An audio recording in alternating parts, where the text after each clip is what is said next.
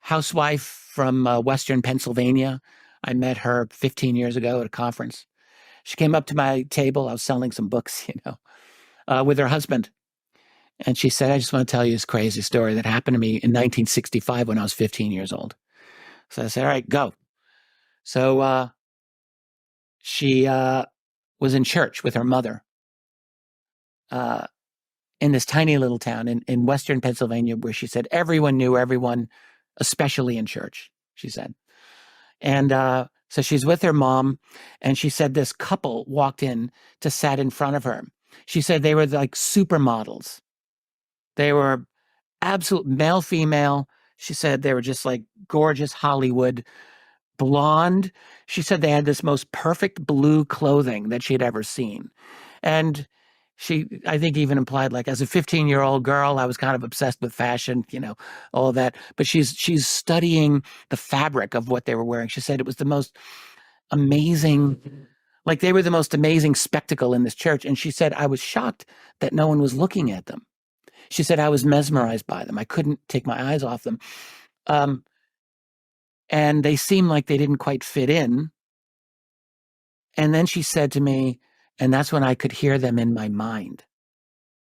I said, well, what do you mean? She said, well, I could hear them thinking to each other. They weren't talking. I could hear them thinking.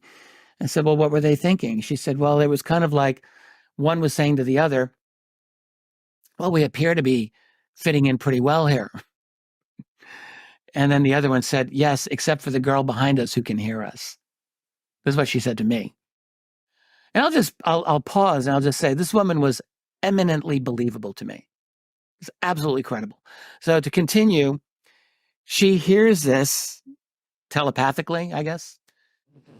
And she was kind of shocked. Who wouldn't be?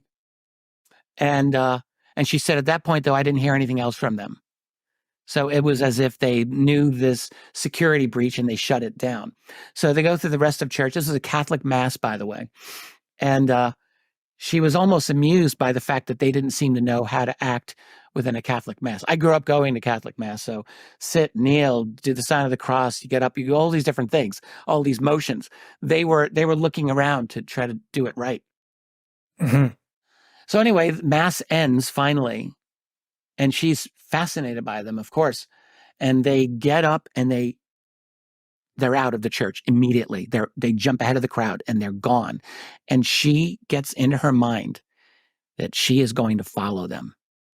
So her mother was sitting next to her, oblivious to the whole scenario.